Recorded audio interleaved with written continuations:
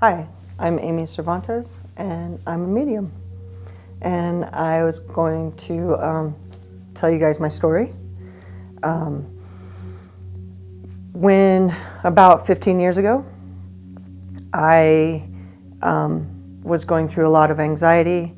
I have some OCD issues. I have panic attack issues. Back then, my faith was very low. I didn't really have a faith per se. I didn't really think about spirits or anything like that. I didn't have a church or anywhere to go or anything to actually learn about any of this spiritual stuff. So actually, I kind of thought it was a little bit boogity and strange. So I didn't really believe in anything. I didn't believe literally in anything. But it was also, I think, now in the long run, I feel like because I didn't have that, it was giving me panic attacks, and it was giving me this anxiety. So I ended up going to a doctor, and the doctor ended up sending me to another doctor. And it was because I was having a lot of panic attacks all at once. I would have at least 3 to 4 a week, if not more, and I was going to the emergency room at that time very often. I also had a really hard time just dealing with anybody going to big groups of people and stuff like that. So I was kind of being a loner, and I needed to get out of that type of a situation. So I didn't mind going to this other doctor and getting the medication. The problem was that the 2 medications that he had given me ended up not mixing well. The pharmacist obviously didn't catch it either. And so I was taking this medication for around 2 to 3 weeks. And I thought I was doing fine. It started to feel like I was coming back around.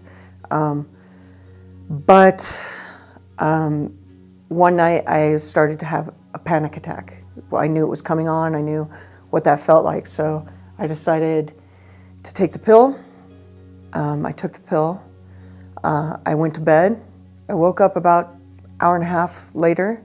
I noticed the time, and he had told me to go ahead and take another one if I was still feeling panicky. I was feeling even more panicky, so I did take the pill. I don't remember anything after that. I don't remember anything at all, actually.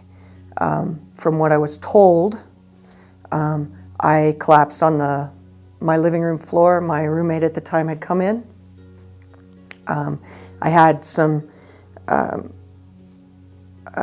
stuff coming out of my mouth, like foam and stuff like that, so she kind of panicked. She ended up calling her mom, which then she came over. Then her mom ended up calling my parents.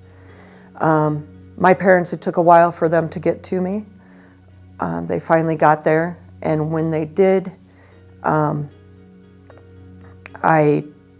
pretty much had taken my last breath at that point, as far as I can, from the story that I have been told. They put me in the car. They took me to the hospital.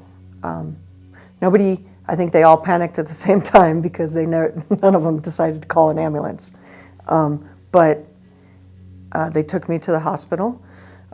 In the emergency room, I was pronounced dead on arrival, so they did bring me back with the paddles, supposedly, and then when I woke up, a day and a half later around there, I just woke up kind of groggy, but I woke up and I saw 2 very distinct older people standing at the end of my bed, and they didn't really make me feel scared or anything like that. They were very kind feeling.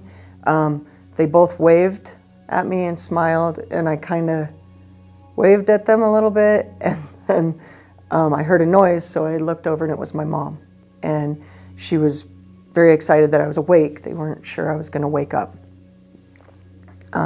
I was asking her about these 2 people because by the time I looked back, they were gone. And so she said there was nobody else in the room, and I said, oh my gosh, I'm on some really good drugs. What do they have me on? And I found out that they didn't have me on anything, actually, that they were trying to get me off of everything. So I ended up just thinking I was nuts, thinking I was crazy. I'm seeing things now. I started seeing people that weren't there a lot. I ended up going to a friend who I used to think was very boogity. She could feel them, but she couldn't see them or talk to them. She knew that they were always around me, but she couldn't see them. So she asked me, who's around you? What's going on? And I didn't obviously want to talk about it. I didn't want people to think I was crazy. But I ended up telling her that, and it was her grandfather and her uncle who had actually passed. So I figured out at that point that I was actually talking to spirit, and I wasn't talking to just people made up in my head. So it was really nice to know that I wasn't crazy, that there are things like this out there. But I also had to learn how to protect myself, because when you see light beings, you also see dark beings. So I needed to know how to protect myself. And so I ended up watching a lot of scary movies, putting garlic around me, doing weird things. These things didn't work, by the way. But I did find some really good things that did work, and I want to share that with you because I think if I would have had that in the beginning, I wouldn't have been so fearful. And I don't want people to be scared of their gift. I want them to be proud of their gift and use it. And the more you use it, the more it'll work.